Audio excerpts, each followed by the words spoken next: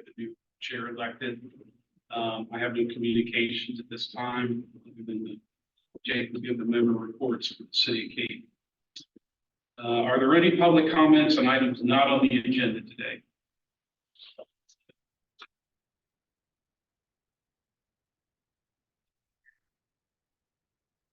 Can everyone on Zoom hear us? I can. This is Cecily Cochran with Federal Highway. I can, but it looks like the cameras are a little blurry. A little too much to drink. It looks like a background. Yeah, it is using that one. It's blurred or something. Yeah, it looks like. No, it's a background for sure. Yeah.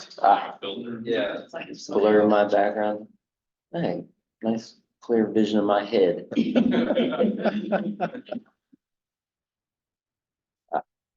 There we go. That's better. Better. Sorry about that, folks.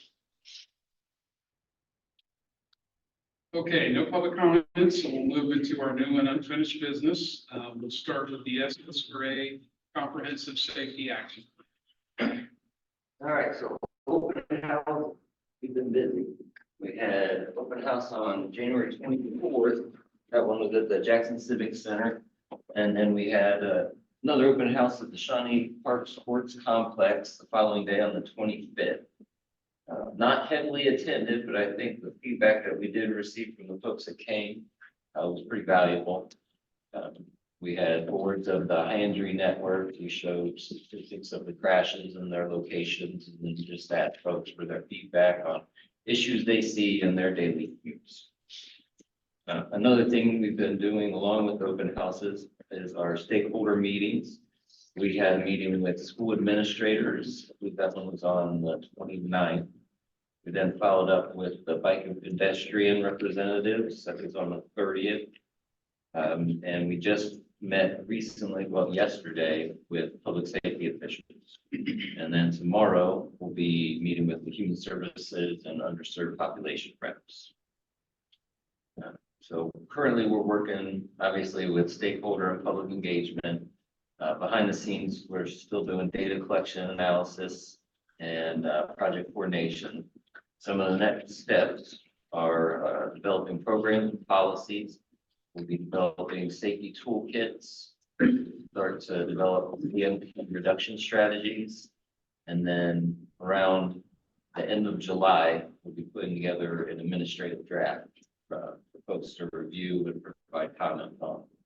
And then following that, around October, we'll hold our third community open house. We'll be able to share a copy of all of our work that we've already reviewed.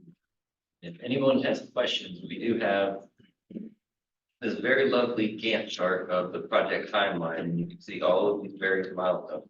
I know you can't read this, but if you're ever interested in what's the next step or what are we going to be doing next, just let me know. I can get you a copy of this. We have it on sale on PDF as well. Okay. So any questions on the safety action plan? Go ahead. Next is the SEMPO Region Trail Connection Study. So I just sent over an executed contract to PDS late last week. So I'll be working with them in the next few days to identify good dates to schedule our project kickoff. Try to target TPC meetings, have them come in. So I'll see if they can come into our next TPC meeting where we can do a kickoff there. But I'll have to schedule the date with them. Next is intersection studies. Okay, last night we held another open house. Well, this is the first and only open house for the intersection studies. But we held this at Jackson Middle School from 4 to 6 p.m. Again, not heavily attended, which I took as a good sign. It was essentially a public meeting about crosswalks in front of a school. So it didn't bring out people with their picket signs or anything. And everybody that was there was very supportive of the solutions that we had offered. So we'll be prioritizing that intersection study in terms of trying to generate a final report for Route D, Independence Street, right in front of the Jackson Middle School. That should align with various great programs that Jackson can then take and figure out how they'd like to approach finding a solution for that corridor. And then again, in April, May timeframe, we'll have our 621 and Perryville Road final report provided to us. And I will say that I've been very impressed with CBB. I think they've gone above and beyond what we contracted them for. We certainly didn't in our scope of work have an open house as part of the workload that they agreed to. But when they saw the need there, they kind of jumped at the opportunity.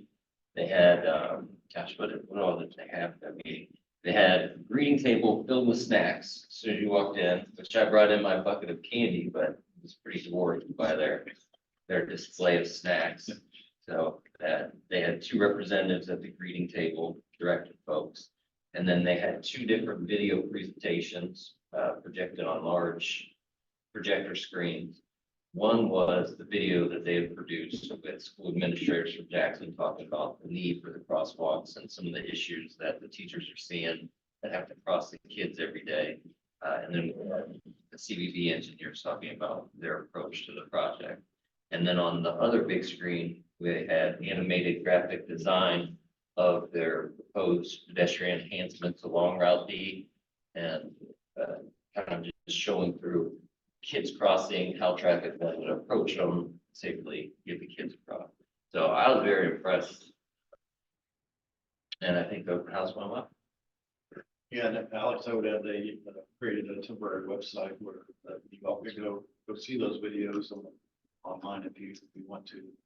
And I would anticipate that I would work with you, Alex, on the resolution supporting the grant application probably at the March meeting. If I can work with the school district on the potential grant application. So I'd like to support this group and that would be maybe next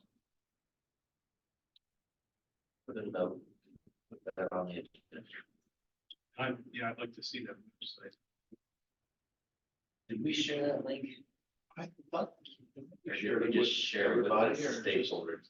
I don't remember. I'll send a copy of the link out to folks so you can take a look at the website, and there is an opportunity to provide any feedback on that site as well. And you can check out the video I was talking about. That's all for that one. We've got the tip tool selection. Yep, so our review committee selected Eco Interactive as the preferred tip tool. I negotiated a contract with them and sent it over Monday. So I'll be working with them on getting all our files transferred. I did issue a request to our current vendor, DTS, to have all our files provided to us. I think they did, but I don't know what I'm looking at. So I got a bunch of files, but I don't even know what file type they are. But they said they sent them to me, so we should be able to get started pretty soon on the transition there. And the agreement is a 3-year agreement. We'll be using it for 3 years for certain, and then we'll analyze if it's effective for us or not. How's the pricing relative to DTS? It's more expensive than DTS. DTS was about 10,000. It's about Are we getting that? Yeah, I think Data the or visualization is magnitudes better.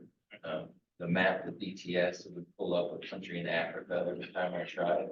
And I have no idea where anything was. So visually, it's going to be much more user friendly for folks that want to be able to pull Yeah, up. I think that's worth the extra money to make it more user friendly. And it also filters by mode very easily and very visually, so you can select bike ped and just pull up bike ped on a planning map and show you all the projects that are planned. I think it'll be a good tool. And it's a shorter contract tenure than the DTS. DTS was 5 years, this is 3. You go back out and we're not happy.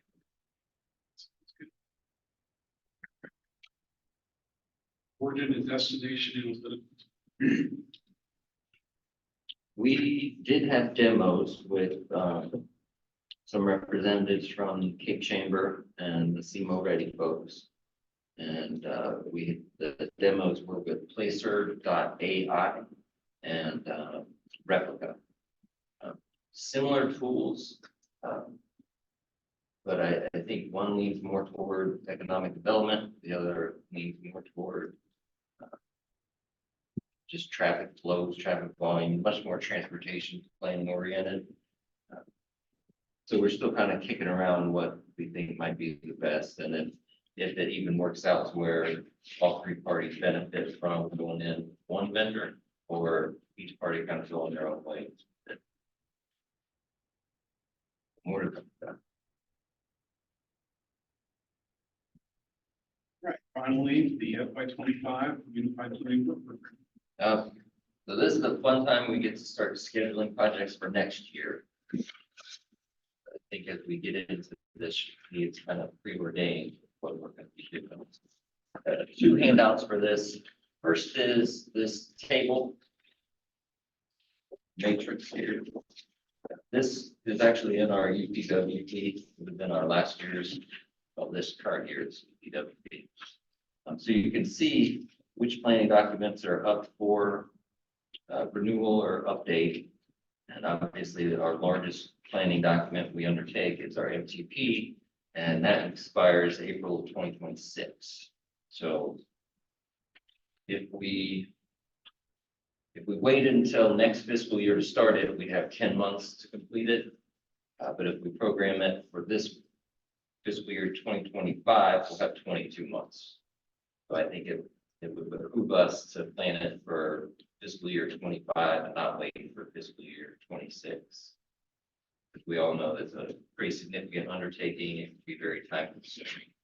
Something we're noticing, there's a number of NPOs over on the west side that are meeting theirs updated, and just consultants or time is and more thin. So good idea to try to get things signed up as far ahead as you can.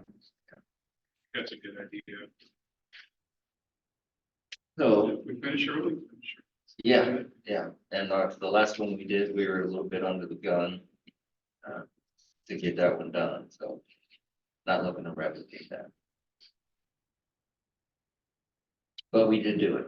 I think we did a great job. So that one will be scheduled. Next is our tip update. Feels like we just did that. Well, actually, and we can have a little bit of conversation here. We had been on a 4-year schedule for our tip update. And since I've taken over, MoDOT's been indicating it would be best if we went on a 2-year schedule. So I put our tip on a 2-year schedule for purposes of the matrix in our planning work program document, which would line up for fiscal year 25 if we want to continue with the 2-year schedule. It slightly complicated with the transition from DTS to this chip tool, but I think it's achievable.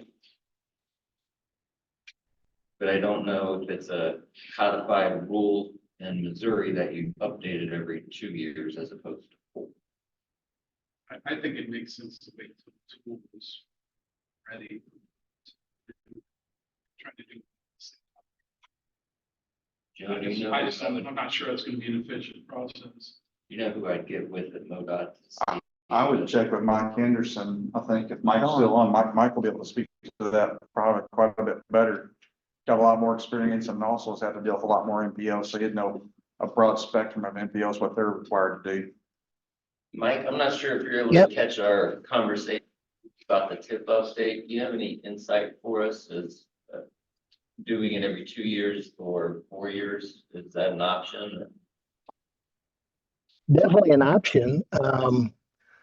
It's required at least every 4 years. And the thing you run up against every 4 years is it has to be done, or you're frozen with any projects being let until you get a new one updated. So most of our NPOs do it annually. A couple of them do it every 2 years. I think you all were the only ones that were going 4 years in between updates. My suggestion was to at least go every 2 years. And, I think that would be satisfactory. I'm having trouble hearing everybody but Alex when anybody else talks, so I didn't hear any of the other comments. But yeah, I would suggest at least going every 2 years, if not annually. We do have a transition from the online tip management tool that we're using. We're going from one vendor to another. And it'll be kind of right in the same time frame as when we're doing the tip update. Would we be able to do a 4-year update, wait 2 more years? Or we could even do 3, I guess, if there's no hard rule other than it has to be at least every 4. Yeah, it has to be at least every 4, and if you run into trouble, you can move to that 3rd year. Basically, when you add the MoDOT project, the new MoDOT projects for the STIP every year, you're basically doing an annual update by that big amendment. So, it's just a matter of updating all of the other dates and in the narrative.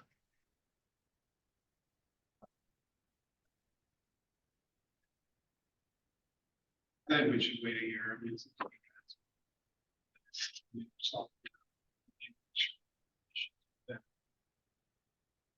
And then do you want to schedule every 2 years? we can do that if you guys think it's feasible. That works. I think it'd be a good idea. But I just, for this first one, I think I ought to be sure our software is where it needs to be. Otherwise, you're gonna have to go back and rework things and If we can keep, changes to the tip at a minimum while we're transitioning, it would be sure that it's lost, like GTS has given us the data that we have right now. But if a tip comes along next month, a tip update comes along next month, we'll have to do an update and now pull that data back down and make sure that the project that was added gets switched over to active since it wasn't in the first pull of data.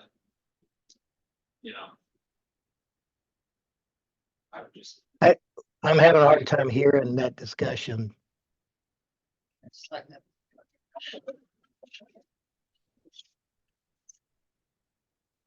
Can you hear me, Mike? Yeah, I heard that loud and clear. Okay. I was just saying that if we can keep our tip amendments and changes to a minimum while we're going through the transition, that would be helpful, just because I don't want to lose any projects. They get updated in the current system, but that data, falls in between a migration or data pulls that move over to the new vendor, and so then we wind up where we're missing these 3 projects because they got updated between data pull 1 and data pull 2, and so Yeah, that sounds like a good plan. To limit the amount of amendments around that transition time. How long are you expecting that transition to take? I'd have to get with our new vendor to get an idea of the timeline. Yeah, but so that's what I would suggest.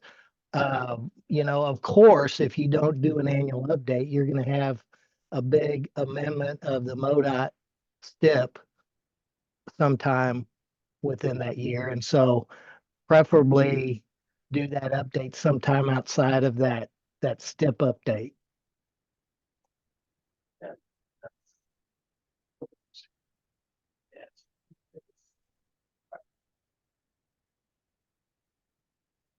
Thank you, Mike. The next project we have on our buffet of potential projects is our trail project is inevitably going to bleed over to fiscal year 25. I don't think in the 4.5 months we have, we're going to be able to get that done since we're just now under contract. So that'll carry over into next year as well. And then our Title VI and Language Assistance Plan is also scheduled for an update in fiscal year 25, so that'll need to be programmed as well.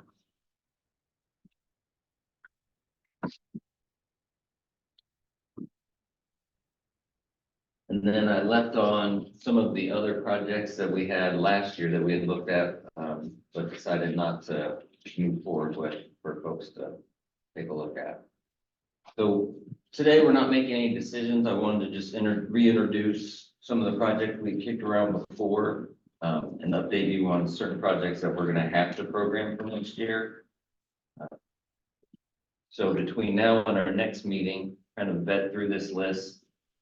Think if there's additional projects you'd like to add to the list, for folks to contemplate. And then next meeting, I'll be asking for a more refined list to share with the board.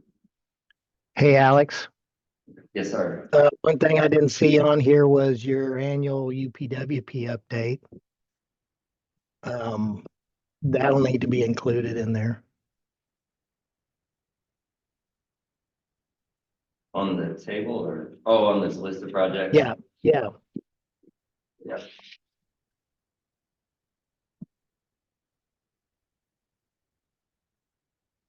We'll do it. I figured you would.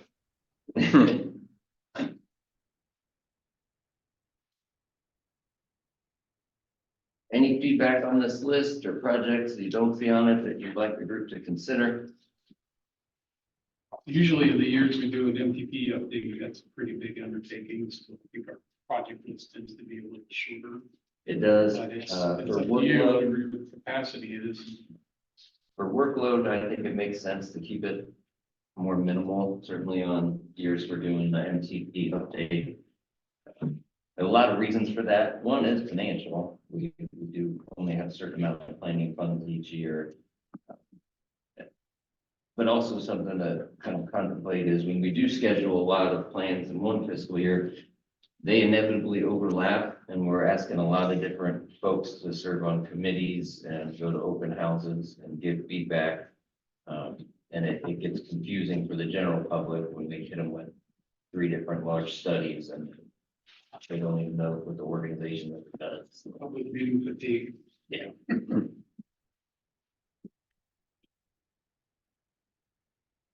So I'll bring this back at our next meeting. I'll try and put some budget figures to it.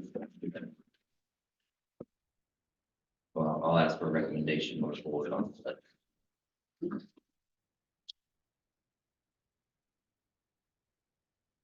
Okay, moves us to the member reports. We'll start with the city clerk. So for TTF 5, remaining specific projects, Weston Boulevard, we're working on the pump system closeout. The work is all completed on that one. Main Street is still under design.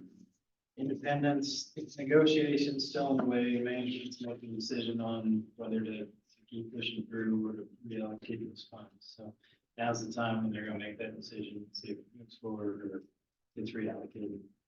TTF 6, Sprague Street is in-house design is underway.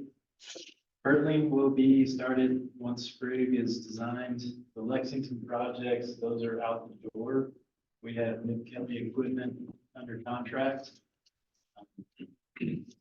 Notice to proceed for the actual construction will be issued by the end of February, March 1st, or before that. So construction should be underway soon. Veterans Memorial Drive Phase 6, the final engineering is still underway with Bowen. They owe us those plans by late May. As far as our maintenance projects go, the 2022 CIST, the work is complete. We're working on closing that out. The 2024 CIST, the design is underway. They will get that construction going as soon as they can. Our concrete street repair 23, they are actively working on Midwood Hills. That work is underway. The other 3 streets we have on that project will come afterwards. 23 asphalt overlay projects. We have a few of the streets were done before the asphalt plants closed back in the winter. They are firing up on Bessie and Luce, just south of Mercy Hospital. Doing the concrete work, have those ready once the asphalt plants open up, and then they'll continue to push through the rest of that list. Concrete street and asphalt 24, we're working on getting those streets determined for those maintenance projects and getting them out the door a lot sooner this year. So we'll try to finish up 23 and 24 by end of year. Grant projects, we've got the Kings Highway crosswalk. Construction is all done except for the pedestrian signal heads. Those are back ordered or long lead. As soon as those come in, we get that installed, we'll be able to close that project out completely. Have they given you like a window when those might come in? 'Cause I think Tim told me late January, you know. 2 weeks. Yeah. And we But- don't know. As soon as they get in, we'll get those installed. We are, I think the contractor's ready to get this one closed out as well. So as soon as we get them stuck on the ground, we'll get that closed out and done. The traffic control is still there. The signage is still in place, but is not active at the moment.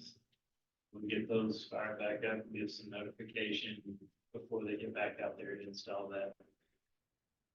74 Minnesota intersection, the lighting agreement, we finally were able to get that executed. And so we'll be able to continue on with that. I believe that's one of the last steps we have before we get that out on bid. The Cape Rock sidewalks, we're pursuing a time extension due to a scope change. And we will try to keep that project moving as well. And the Croy Trail is under initial steps and design. So we'll get that one moving as possible.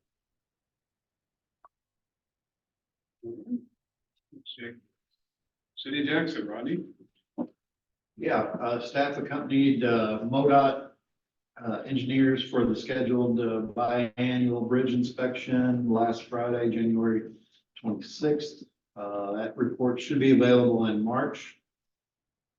An initial concept design for the Deerwood Roundabout at Highway 61, central signage and landscaping. Plan is being developed in-house for a presentation soon to the Mayor and Board of Aldermen.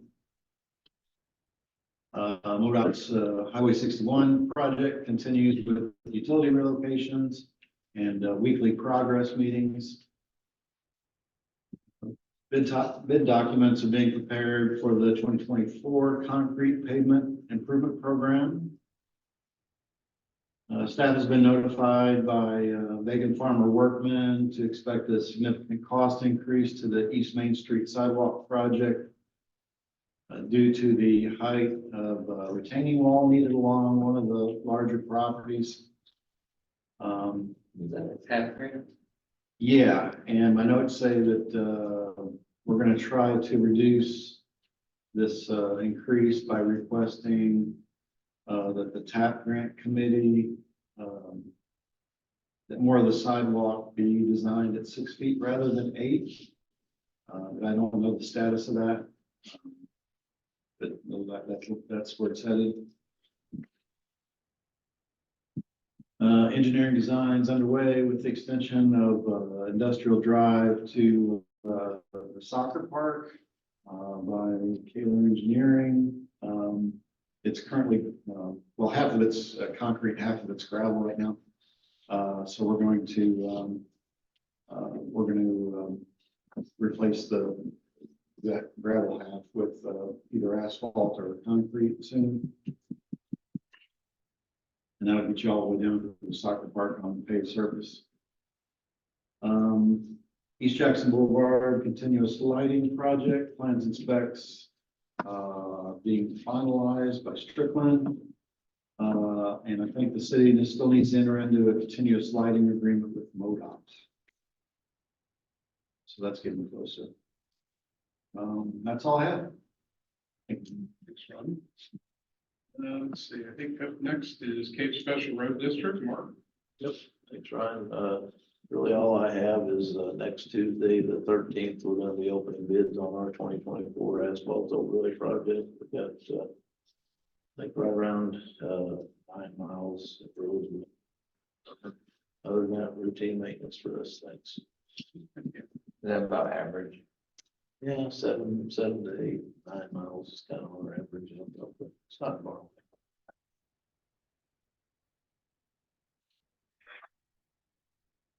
I think that brings us to the airport, Trina. It's been a while, so I'll go, the airline report. We finished December, about 4% under where we were last year, so we were at 7,635 enplanements. That is below the normal threshold. At 8,000, we would get $600,000 and 10,000 $1 million. I've been talking to the FAA. It looks like they're still going to give us $1 million due to a continuing, I think, resolution with the federal government. So I'm waiting to hear confirmation from that.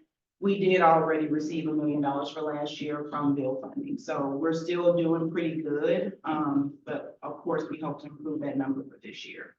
It was in the news this week that SkyWest purchased 25% of Contour. So that was an interesting turn of events.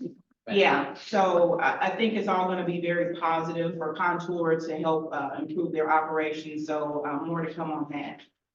Terminal is progressing very well. Interior walls are being installed, drywall is being installed.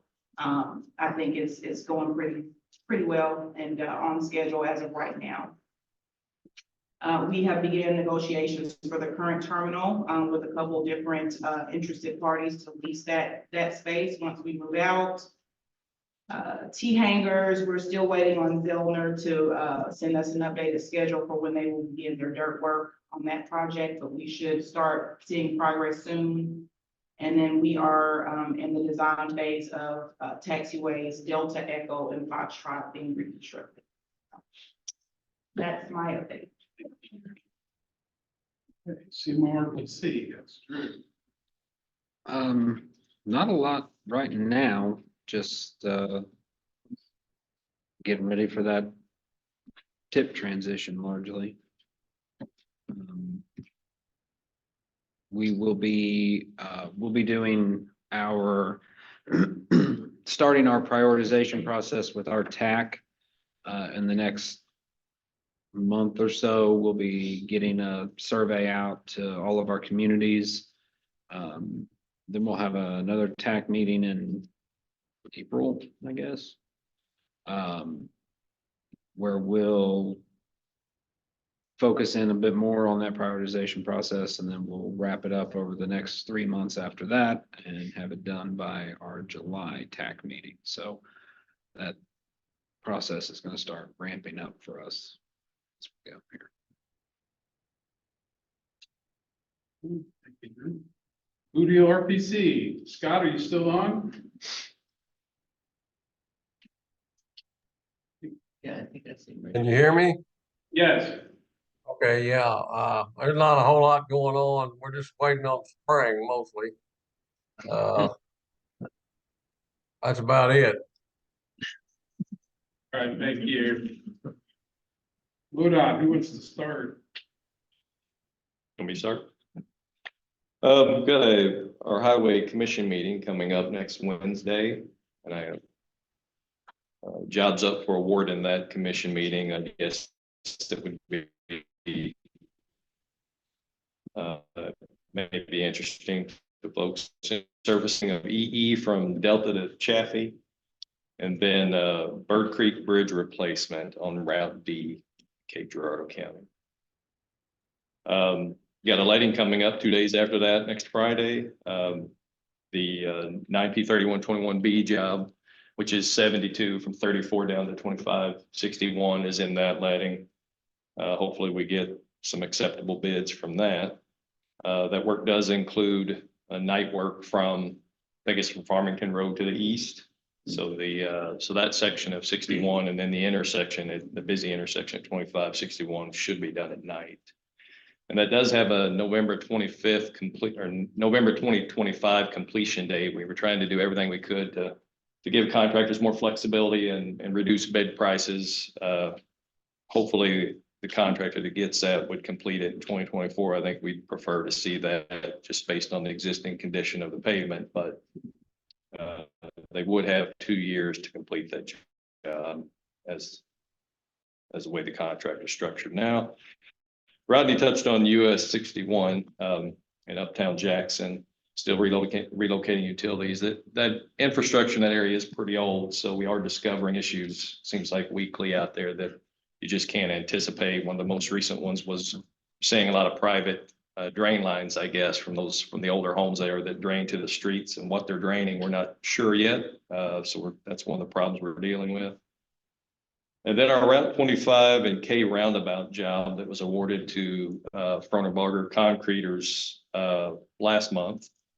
We've got our pre-construction meeting for that this Thursday. So hopefully this Thursday we'll find out more about their schedule for completing that. It does have a November 2024 completion date, so we do expect it to be done this year.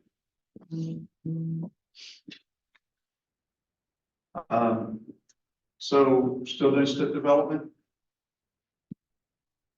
We anticipate having most of the projects in and most of the items done by the middle of March. Obviously, central office has to go back through then, and we'll do some manipulation, try to balance out some different things, and I will try to have a list to Drew for the new tip in April. So I'm sure that will be a lot of fun. See if we can't get that to coordinate with the new software, hopefully. We have the new, this year for the new grant programs. And I looked in the stuff, I didn't see notes in the meeting minutes. The next tax cycle, we're anticipating a call in early March for the cities here if they're interested. We don't know exactly when, we just got kind of early March through late April. But obviously we'll send out a news release when that happens. The TEAP program that both cities participated in, we're anticipating a call in August.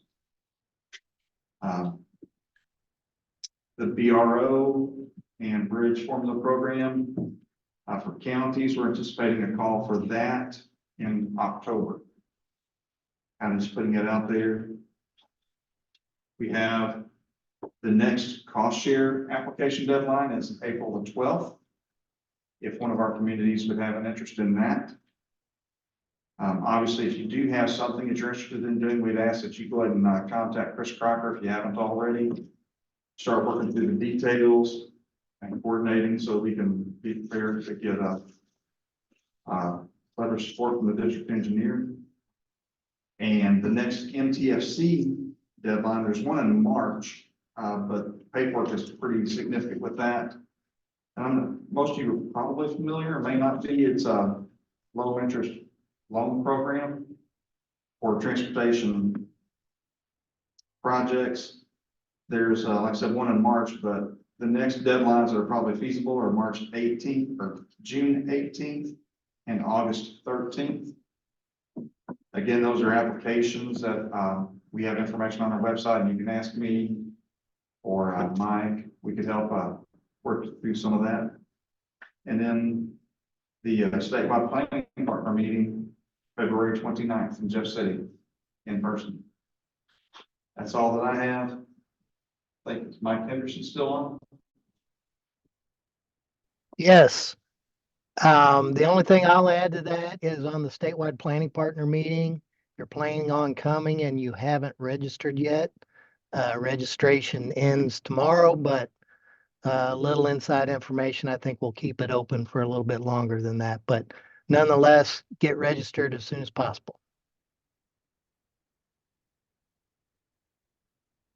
That's all.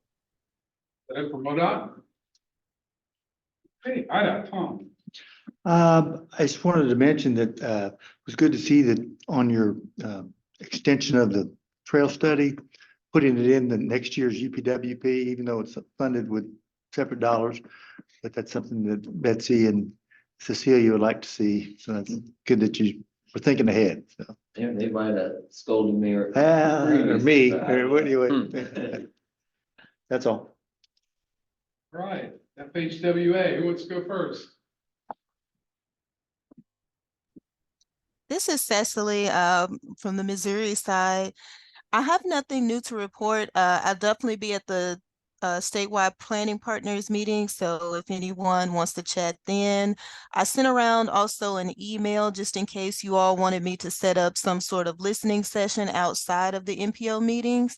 And that way I can come talk. If you guys have any concerns about how I can better serve you, I would be more than happy to listen to them. And I'm also been sending around, and you'll probably see the next couple of weeks from me. We've been getting new updates for resources on SS4A and freight resiliency. So I'll just be sending those down the pipeline as well. But that's all I have. And if you all are interested in me coming back for a listening session rather than just the MPO meetings, I'd be more than happy to get it scheduled. Great, thank you. And this is Betsy Tracy from the Illinois division. I don't have anything further to add. Thank you. Thanks, Betsy. No one from FTA, I don't think. Okay, staff report, Nothing additional. okay, any other business? If not, take a motion to adjourn. Make that motion, Rodney. Ron, the second. Second, Drew. Roger. All in favor? We are adjourned. Thank you.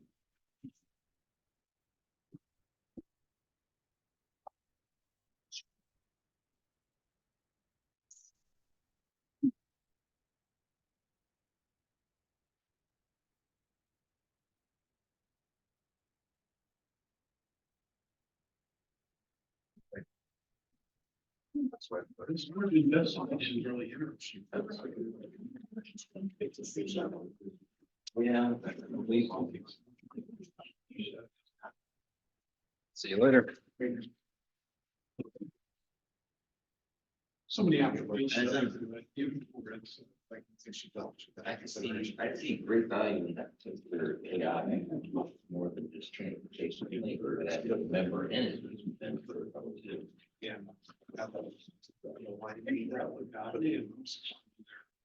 All in, and we talked. I think I'm not sure they came out. Yeah, she seemed. Yeah, you're right. On the next year.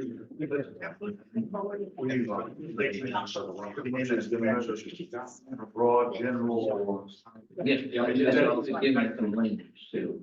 It had potential, yeah. Yeah. Well, I can say that again, but the rest got, so last year, I used your last year's. Well, I mean, I think Done, you know. part of it is,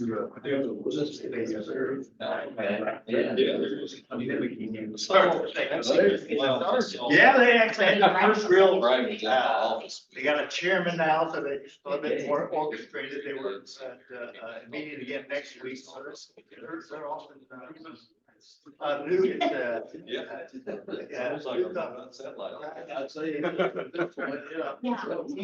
yeah, what, my point is they're not gonna be. But it's good. Exactly. But other than their little report is a little bit larger and active. Their mayor, which, you know, I had to run down. I operated. They are active.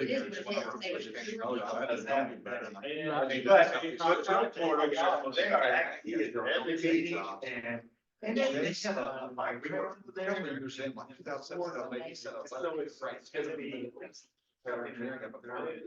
More about. And they're all pretty scathed and like a 3 or 4 or 5 page letter. Here's the. Here's the requirement change, but it's their. It's the retro flag. I think about, so that's one of the ones interesting. And I, well, that's true for me. It's, I looked at another photo. Hey, there probably ought to be some stationing. When you have an intersecting road, what's probably ought to label what that intersecting road is. Well, And sort of stationary, you know, kind of broad term, like your PI or, you know, what's. just like we had. I was taking stuff for granted. I mean, I was Green Grass, I didn't know anything. I never played planning class in Jeff, did he? Yeah. I kind of looked this stuff. He was sitting there looking at planning, he's like, this could be anywhere. This could be. Oh, yeah. So. There was a thing on there, you know, section.